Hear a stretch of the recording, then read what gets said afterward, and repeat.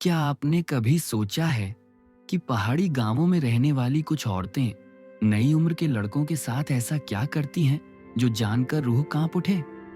मैं तो बस गर्मी की छुट्टियों में अपने पापा से मिलने पहाड़ आया था, लेकिन 14 साल की उम्र में मेरे कंधों पर ऐसा बोझ आ पड़ा जिसकी मैंने कभी कल्पना भी नहीं की थी। सोचा था कुछ दिन चैन से रहूंगा, पर किस्मत मुझे ऐसी राह पर ले आई जहां पेट भर रोटी भी नसीब नहीं हो रही थी। इन्हीं मुश्किलों के बीच मेरी मुलाकात एक रहस्यमयी पहाड़ी औरत नीला देवी से हुई। उसने मुझसे कुछ ऐसा कहा जिसे सुनकर मेरा दिल दहल उठा। मैं समझ नहीं पा रहा था कि आखिर वह मुझ जैसे नाबालिग से ऐसा क्या चाहती है जिसके बदले वो मुझे रहने की जगह, खाना और पैसे तक देने को तैयार थी। मजबूरी थी, इसलिए उसकी शर्त माननी पड़ी। लेकिन उस रात जो कुछ हुआ, अगर आप जान लेंगे तो यकीन मानिए आपके पैरों तले जमीन खिसक जाएगी। मेरा नाम आकाश है। मैं बिहार के एक छोटे से कस्बे सहरपुर का रहने वाला हूं। मेरे परिवार में मेरी माँ कुसुम देवी, बहन प्रिया और बड़ा भाई विवेक हैं। मेरे पिताजी हरिनाथ यादव एक कारपेंटर हैं और भूटान बॉर्डर के पास एक पहाड़ी गांव में काम करते हैं।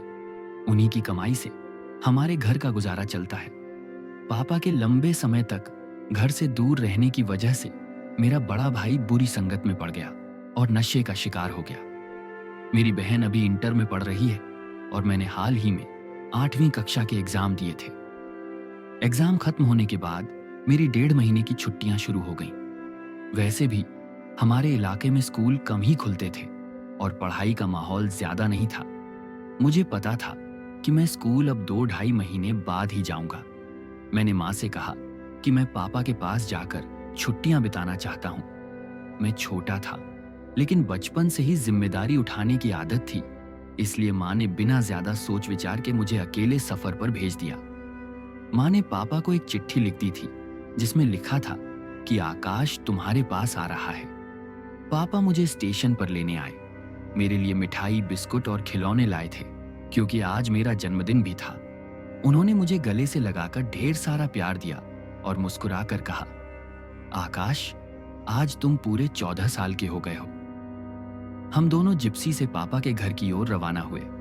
गाड़ी में एक पहाड़ी गीत बज रहा था और हम हंसते मुस्कुराते एक दूसरे से बातें करते हुए सफर का आनंद ले रहे थे। तभी अचानक एक भयानक हादसा हो गया। जिप्सी का एक्सीडेंट हो गया। ड्राइवर की मौके पर ही मौत हो गई। मुझे हल्की चोटें आईं क्योंकि पहले झटके में मैं गाड़ी से उछलकर पास के नरम घास पर गिर पड़ा था। लेकिन पापा गंभीर रूप से घायल हो गए। किसी तरह उन्हें पास के अस्पताल ले जाया गया। मैं अस्पताल के बाहर गुमसुम खड़ा था कि तभी पापा के कुछ साथी रमेश अंकल और बबलू चाचा आए। उन्होंने मेरे कंधे पर हाथ रखकर कहा, बेटा घबराओ मत, तुम्हारे पापा जल्दी ठीक हो जाएंगे। हालांकि ये लोग भी कोई अमीर नहीं थे। ये भी बिहार से आए गरीब मजदूर थे जो मेहनत मजदूरी करके यहाँ अपने परिवारों का पेट पालते थे। तभी डॉक्टर बाहर आया और उसने जो बात बताई, उसने जैसे मेरी सांसें ही रोक दी। मैं तो यहाँ छुट्टियां बिताने, पापा के साथ थोड़ा वक्त गुजारने और पहाड़ों में घूमने आया था। माँ से बड़ी मुश्किलों से जिद करके कुछ पैसे जोड़कर भूटान बॉर्डर के दूर दराज गांव तक पहुंचा था। लेकिन यहां तो मुसीबतों का ऐसा पहाड़ टूट पड़ा जिसकी मैंने कभी कल्पना भी नहीं की थी। पापा की हालत देखकर मेरे आंसू थमने का नाम नहीं ले रहे थे। उनका पूरा शरीर पट्टियों में लिपटा हुआ था। डॉक्टर ने बताया कि उनके दोनों हाथों और पैरों की हड्डियां टूट चुकी हैं। ठीक होने में कम से कम 3 महीने लगेंगे। ये सुनते ही जैसे मेरी रूह कांप गई। पापा के एक साथी रमेश अंकल ने तुरंत उस कंपनी को फोन किया जहां पापा काम करते थे। उम्मीद थी कि इस मुश्किल समय में कंपनी कुछ मदद करेगी, लेकिन मालिक ने बिना एक पल सोचे साफ कह दिया, हम किसी भी तरह का खर्चा नहीं उठाएंगे और अब अगले 6 महीने तक हमारे पास उनके लिए कोई काम नहीं है। उनकी जगह किसी और को रख लिया गया है। कुछ दिन बाद जब पापा को होश आया और ये सब पता चला तो वे अंदर से टूट गए। उनके चेहरे पर वो उदासी मैंने पहले कभी नहीं देखी थी। उन्हें ये चिंता खाए जा रही थी कि अब घर कैसे चलेगा, क्योंकि पूरे परिवार की जिम्मेदारी उन्हीं पर थी। यही वजह थी कि वो बिहार छोड़कर भूटान की सीमा पर इस सुनसान गांव में मेहनत मजदूरी कर रहे थे। पापा ने दिन रात एक करके कमाया ताकि हम सुकून से जी सके। लेकिन अब जब उनके हाथ पैर जवाब दे चुके थे तो समझ नहीं आ रहा था कि आगे का समय कैसे कटेगा। यही चिंता उनकी सेहत को और बिगाड़ती जा रही थी। मैं उन्हें यूं बेबस और टूटा हुआ देखता तो खुद को ही कसूरवार मानता। बार बार मन में यही आता कि अगर मैंने जिद नहीं की होती, अगर मैं यहां नहीं आता तो शायद पापा मुझे लेने ना आते और न ही हमारा एक्सीडेंट होता। मेरी नजरों में इस हादसे का सबसे बड़ा दोषी मैं ही था। अस्पताल में 1 हफ्ते तक इलाज चलने के बाद पापा को छुट्टी मिल गई। फिर मैं उन्हें लेकर उनके छोटे से घर लौटा, जो लकड़ी से बना एक पुराना सा झोपड़ी नुमा मकान था। कमरे के कोने में एक चूल्हा रखा था और छत से बारिश की बूंदें टपकने की निशानियां अब भी जमीन पर दिखती थीं। घर पहुंचते ही पापा ने धीमी आवाज में मुझसे कहा, बेटा अर्जुन, अब लगता है हमें अपने गांव लौटना होगा। यहां अब मेरा कोई काम नहीं रहा। कंपनी ने तो हाथ खींच ही लिया है और इस हालात में मैं कोई काम भी नहीं कर सकता। जो थोड़ी बहुत जमा पूंजी है वो भी यहाँ रहते रहते खत्म हो जाएगी। इससे अच्छा है हम घर चलें। कम से कम अपनी जमीन तो है वहां। पापा की ये बात सुनकर मेरे दिल में चिंता की लहर दौड़ गई। मुझे पता था कि हमारे गांव की स्थिति कितनी खराब है। बड़ा भाई विवेक पूरी तरह नशे का आदी बन चुका है और माँ और बहन के कंधों पर पहले ही बहुत बोझ है। अगर पापा ऐसे हालात में घर लौटते हैं तो घर की हालत और भी बिगड़ जाएगी। मैंने पापा को तसल्ली दी, पापा, जब आपकी तबीयत थोड़ी बेहतर हो जाएगी तब हम गांव जाने की सोचेंगे। अभी तो आपको चलने फिरने में भी दिक्कत हो रही है। टिकट लेने तक के लिए भी आप अकेले नहीं जा सकते। सच तो ये था कि मेरा खुद का भी वापस गांव लौटने का कोई इरादा नहीं था। मैंने मन ही मन ठान लिया था कि जब तक पापा पूरी तरह ठीक नहीं हो जाते मैं यहीं रहकर उनकी देखभाल करूंगा और कोई न कोई काम ढूंढ लूंगा। लेकिन सबसे बड़ी मुश्किल ये थी कि मुझे कोई काम आता ही नहीं था और न ही मैं जानता था कि इस अनजाने पहाड़ी गांव में मेरे लायक कोई काम होगा भी या नहीं। यहाँ बच्चों से काम कराना सख्त गैर कानूनी था। गांव में ऐसा कोई कारखाना या दुकान नहीं थी जो किसी 14 साल के लड़के को काम पर रखे। कानून तोड़ने पर मालिक को जेल तक हो सकती थी। इस हालात में मेरे लिए रोजगार ढूंढना लगभग नामुमकिन था। पापा हर दिन कमरे में पड़े पड़े खुद को बोझ महसूस करने लगे थे। एक शाम मैं उन्हें कुछ देर बाहर हवा खिलाने पास के एक छोटे से गार्डन में ले गया। वहां बच्चे खेल रहे थे और पापा एक बेंच पर बैठकर उन्हें देख रहे थे। मैं वहीं पास खड़ा था। तभी मेरी नजर उस औरत पर पड़ी। वो एक पहाड़ी औरत थी, करीब 30 से 35 साल की होगी। हल्के भूरे रंग की साड़ी, माथे पर सिंदूर और आंखों में एक अजीब सी गंभीरता लिए वो दूर एक पेड़ के नीचे बैठी थी, लेकिन उसकी नजरें सीधी मुझ पर टिकी थीं। मैं कुछ समझ पाता उससे पहले ही पापा के कुछ पुराने दोस्त वहां आ गए और उनसे बातचीत में लग गए। तभी उस औरत ने मुझे हाथ के इशारे से अपने पास बुलाया। मैं झिझकता हुआ उस औरत के पास चला गया। उम्र करीब 30 से 35 साल रही होगी, लेकिन उसके चेहरे पर एक अजीब सी चमक और आत्मविश्वास था। वो मुस्कुराकर बोली, बेटा, तुम कौन हो और यहां कैसे आए? तुम्हारे पापा को क्या हुआ है? मैंने तुरंत जवाब दिया, मेरा नाम आकाश है, मैं बिहार से आया हूं। पापा यहां एक फर्नीचर वर्कशॉप में काम करते थे, लेकिन हाल ही में एक सड़क हादसे में गंभीर रूप से घायल हो गए हैं। अब हमारे पास काम भी नहीं है और रहने का सहारा भी धीरे धीरे छिनता जा रहा है। मेरी बात सुनकर वो हल्का सा मुस्कुराई और फिर नरम आवाज में पूछने लगी, तो फिर अभी गुजारा कैसे चल रहा है? ये सुनकर मेरी आंखों में आंसू आ गए। मैंने कहा, पापा की नौकरी चली गई है। मैं खुद काम ढूंढने की बहुत कोशिश कर चुका हूं, लेकिन यहां कोई भी मुझे काम पर रखने को तैयार नहीं है। वो औरत थोड़ी देर चुप रही, फिर बोली, अगर तुम्हें यहां कोई काम मिल जाए तो क्या तुम करने के लिए तैयार हो? मुझे जैसे उम्मीद की एक किरण दिखाई दी। मेरी आंखें चमक उठी। मैंने उत्साहित होकर कहा, बिल्कुल, अगर कोई काम होगा तो मैं जरूर करूंगा। मैं तो बस यही चाहता हूं कि किसी तरह काम मिल जाए ताकि जब तक पापा ठीक ना हो मैं सब संभाल सकूं, फिर वो अपने पैरों पर खड़े हो सकें। मेरी बात सुनकर वह औरत, जिसका नाम नीला देवी था, मुस्कुराई और बोली, तुम बहुत अच्छे लड़के हो आकाश। मैं सच में ऐसे ही किसी की तलाश में थी, मेहनती, ईमानदार और अपने परिवार के लिए कुछ भी कर जाने वाला। मुझे तुम्हारा स्वभाव बहुत पसंद आया। मैं थोड़ी हैरानी में आ गया। पूछा, आपके पास मेरे लिए कोई काम है क्या? उसने धीमी लेकिन आत्मविश्वास भरी आवाज में कहा, हाँ, मेरे पास एक बहुत अच्छा काम है जो न सिर्फ तुम्हें अच्छा लगेगा बल्कि उससे तुम्हें काफी पैसे भी मिलेंगे, और सबसे बड़ी बात, तुम्हें इसमें मजा आएगा। मैं तो बस 14 साल का बच्चा था जिसे अब तक जिंदगी ने हर कोना दिखा दिया था। उस पल वो औरत मुझे एक फरिश्ता सी लगा जैसे मेरी कोई अधूरी दुआ कबूल हो गई हो। मैंने मुस्कुराकर कहा, ठीक है, आप मुझे बस काम बता दीजिए, मैं अपने पापा से बात करके तुरंत तैयार हो जाऊंगा। वो बोली, तुम्हें हर रोज सुबह से शाम तक मेरी कोठी पर आना होगा। 1 हफ्ते तक मैं तुम्हें ट्रेनिंग दूंगी और फिर तुम्हारा असली काम शुरू होगा।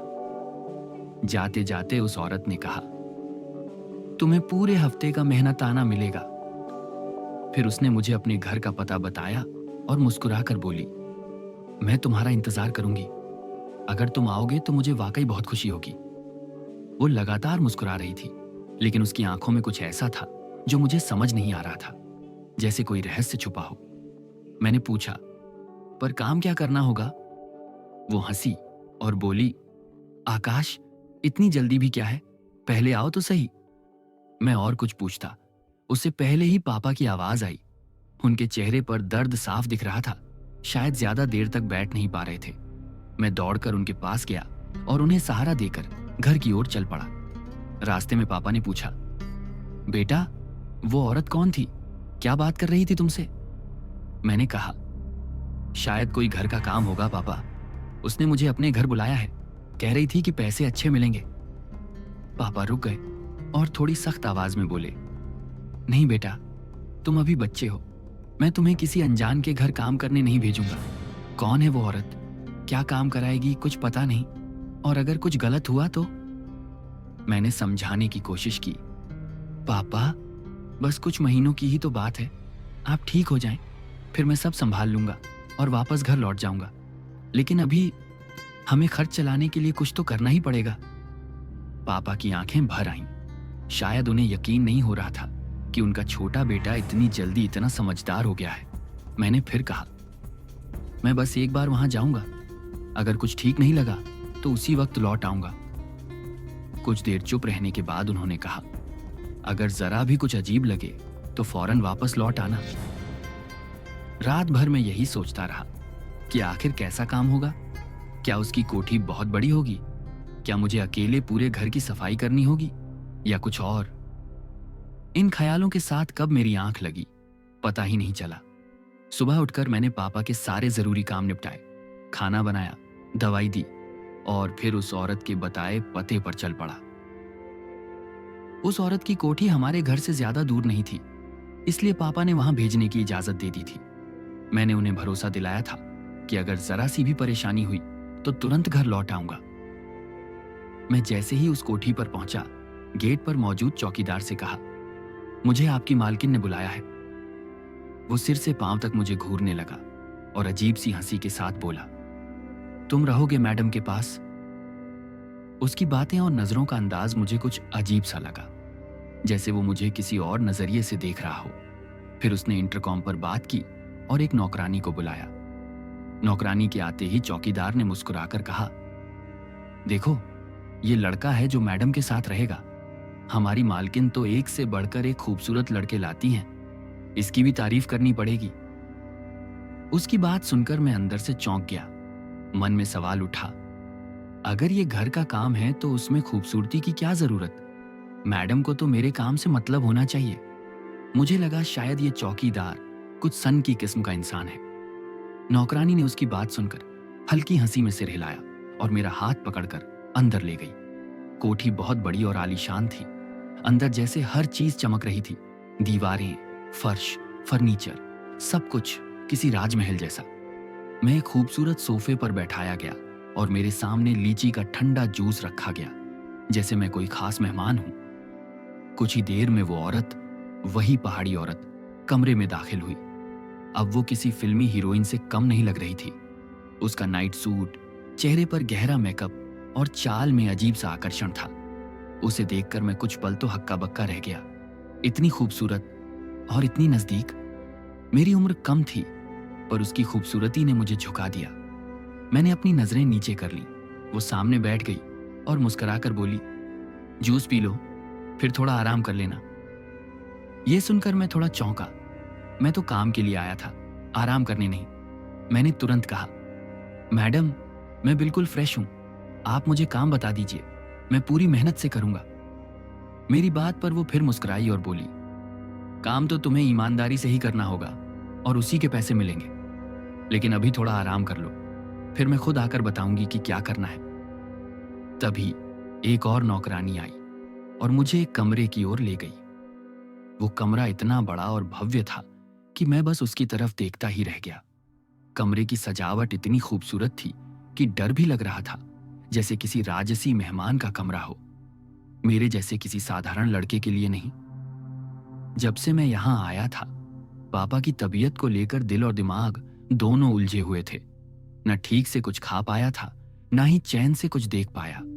लेकिन जैसे ही इस शानदार कमरे में आकर बिस्तर पर बैठा, थोड़ी राहत महसूस हुई। मेरी नजर सामने लगे बड़े शीशे पर गई और पहली बार खुद को गौर से देखा।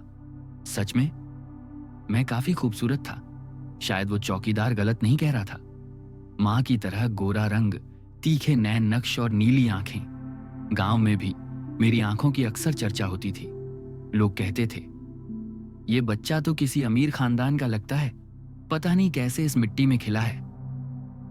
थोड़ी ही देर बाद कमरे का दरवाजा खुला और वहीं पहाड़ी औरत अंदर आई। साथ में एक बेहद खूबसूरत लड़की थी। मैं तुरंत उठकर बैठ गया। वो औरत बोली, इसका नाम सुनीता है।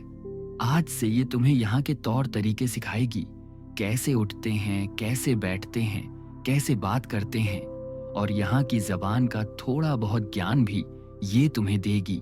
उसकी ये बात सुनकर मैं थोड़ा हैरान रह गया। आखिर किसी नौकर को काम सिखाने के लिए पहाड़ी संस्कृति, बोलचाल और बर्ताव की इतनी बारीक ट्रेनिंग देने की क्या जरूरत थी? मुझे तो बस सफाई या सामान उठाने जैसा कुछ काम ही करना था। फिर ये सब क्यों? फिर वो औरत बोली, तुम्हें पूरा एक हफ्ता सुनीता के साथ रहना है। ये तुम्हें हर छोटी बड़ी बात सिखाएगी। एक हफ्ते बाद तुम मेरे काम के लायक बन जाओगे। कहकर वो कमरे से चली गई और मैं अब पूरी तरह से सुनीता के हवाले था। सुनीता बहुत ही समझदार और सलीकेदार लड़की थी।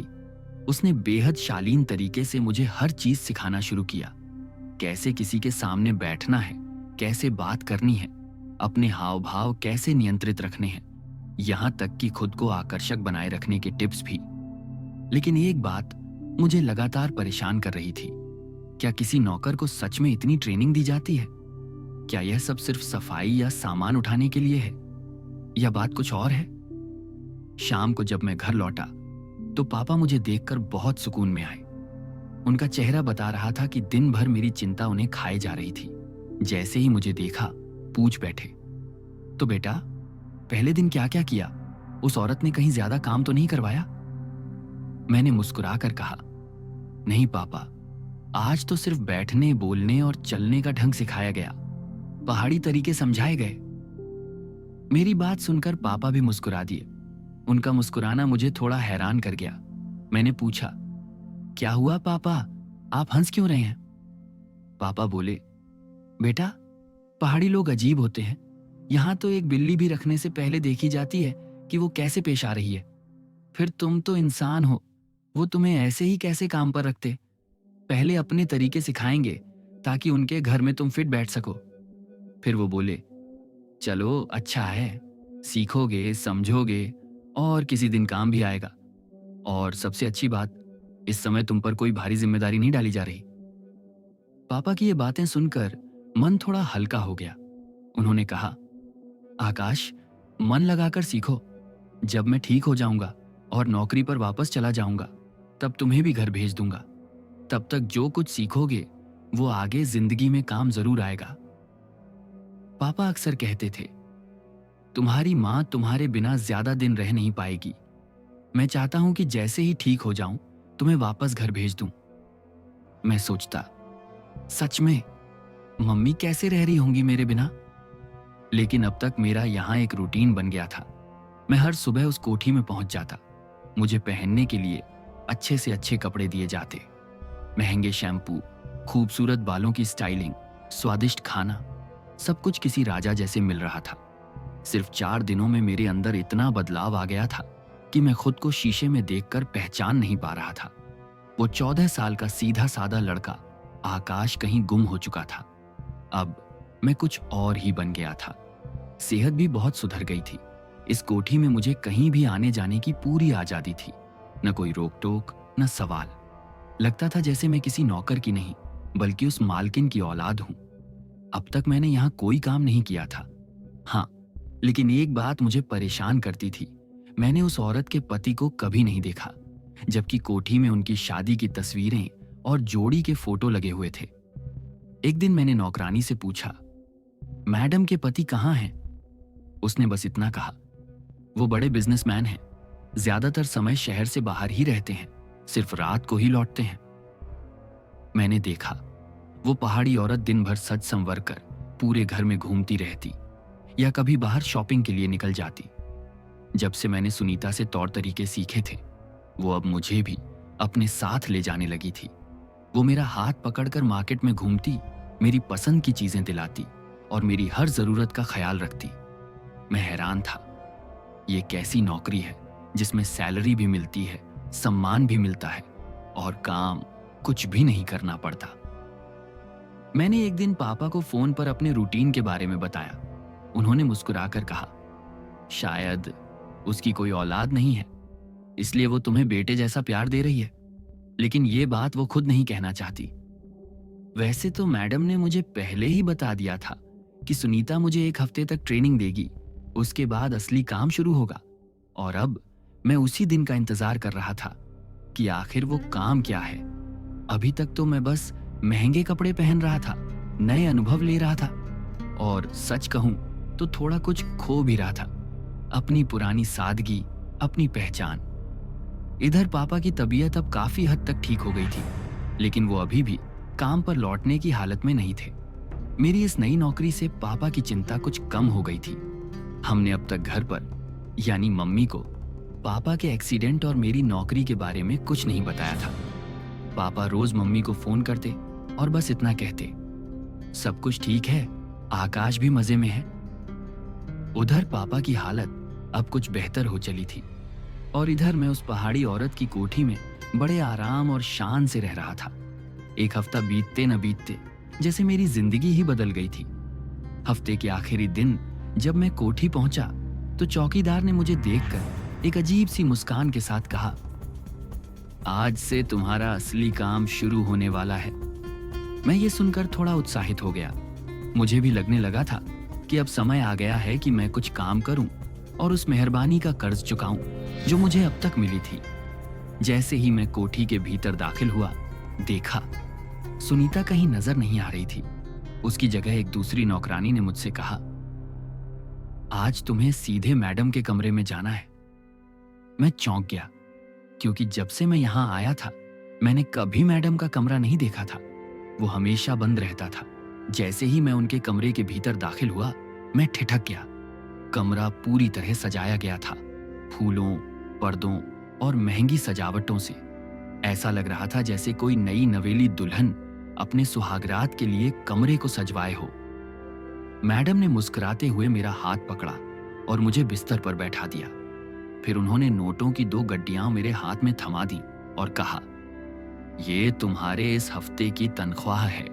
आज का पूरा दिन तुम्हें मेरे साथ इसी कमरे में बिताना है और आने वाले हफ्तों में भी तुम्हारा काम यही रहेगा। मैं हैरान था, थोड़ा उलझा, थोड़ा डरा भी। मैं तो सोच रहा था कि अब सफाई या खाना बनाने जैसा कोई काम मिलेगा, लेकिन ये बात तो कुछ और ही इशारा कर रही थी। मैंने साहस करके कहा, मैडम, मैं जो भी काम है ईमानदारी से करूंगा, पर आप मुझे साफ साफ बताएं कि काम है क्या। तभी उन्होंने जो कहा वो सुनकर मेरी रूह कांप गई। उन्होंने साफ साफ कह दिया कि वो मुझसे जिस काम की उम्मीद कर रही हैं, वो एक बच्चा होते हुए मेरे लिए संभव ही नहीं। मैं केवल 14 साल का था। मैडम ने मेरी आंखों में देखकर कहा, मैंने तुम्हें पूरे हफ्ते खुली छूट दी, तुम्हें सिखाया, तुम्हें बेहतर बनाया। अब तुम मेरे इस एक काम से इनकार नहीं कर सकते। ये पैसा, ये सारी चीजें, सब इसी के बदले हैं। मैंने कांपते हुए जवाब दिया, मैडम, मैं ये नहीं कर सकता।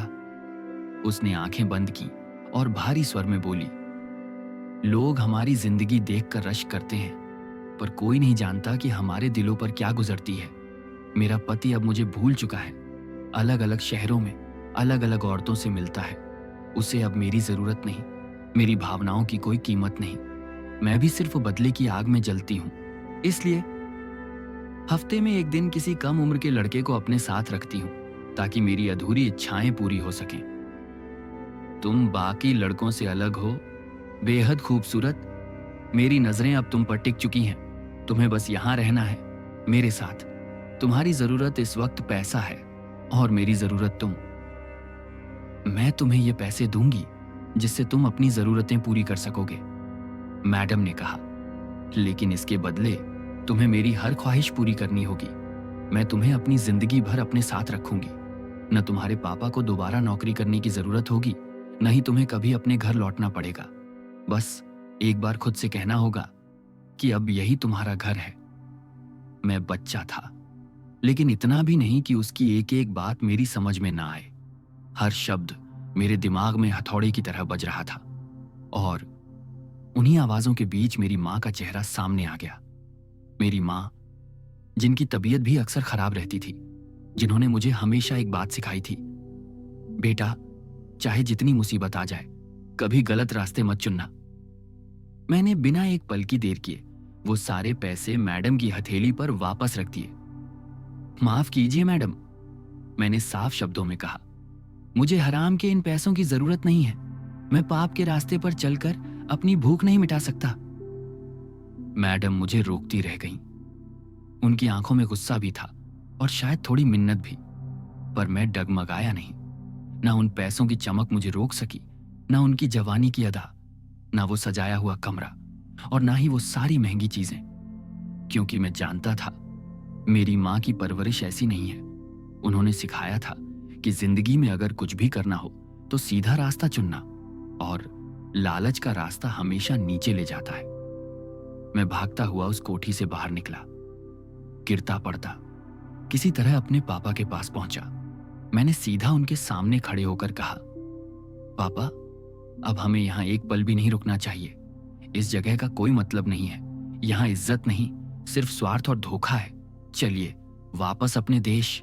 भले ही वहां एक वक्त की रोटी खानी पड़े, लेकिन कम से कम सिर ऊंचा रखकर जिएंगे। मेरे पापा की आंखें भर आईं। मैंने उनसे कहा, आपको तो सिर्फ एक बार बीमार होना पड़ा, और उस कंपनी ने, जिनके लिए आपने सालों मेहनत की, आपको बाहर का रास्ता दिखा दिया। उन्हें यह भी याद नहीं रहा कि आपने कितने साल उनके लिए खून पसीना बहाया है। मैंने उन्हें वो भी बताया, कैसे उस पहाड़ी औरत ने मुझे धोखे से अपने घर बुलाया था, अपने जिस्म की भूख मिटाने के लिए। वो चौकीदार का मुस्कुराता हुआ चेहरा अब मुझे गंदा और घिनौना लग रहा था। हमने उसी दिन वापसी का टिकट ले लिया था। मैं जानता था आगे रास्ता कठिन होगा, मुसीबतें आएंगी, भूख भी सताएगी, लेकिन मेरी आत्मा का बोझ कभी नहीं बढ़ेगा। मां हमेशा कहा करती थी, बेटा, जिंदगी कैसी भी हो, उसका रास्ता तुम तय करते हो। हर मोड़ पर गलत और सही के दरवाजे खुले होते हैं, पर तुम कौन सा दरवाजा खोलते हो, यही तुम्हारा असली चेहरा है। मुझे यकीन है ऊपर वाला सब देख रहा है। उसने हर किसी के लिए कोई ना कोई रास्ता जरूर बना रखा है। तो दोस्तों, तो बस एक बात याद रखिए, जिंदगी आपको कई बार गलत रास्तों के ऑफर देगी, लेकिन निर्णय आपका होगा। कभी भी हालात से हारकर अपनी आत्मा को मत बेचना, क्योंकि जब तक आप सच और सम्मान के साथ चलेंगे, कोई भी ताकत आपको हरा नहीं सकती। अगर इस कहानी ने आपके दिल को छू लिया हो तो इसे एक लाइक जरूर दें। अपने विचार नीचे कमेंट में लिखें, मैं हर एक कमेंट पढ़ता हूं। और अगर आप ऐसी ही कहानियों को और भी सुनना चाहते हैं तो सब्सक्राइब करना ना भूलें और बेल आइकॉन दबाएं, ताकि अगली कहानी सीधी पहुंचे आपके पास सबसे पहले। मिलते हैं अगली रहस्यमयी और दिल छू लेने वाली कहानी में। तब तक के लिए धन्यवाद और जय हिंद।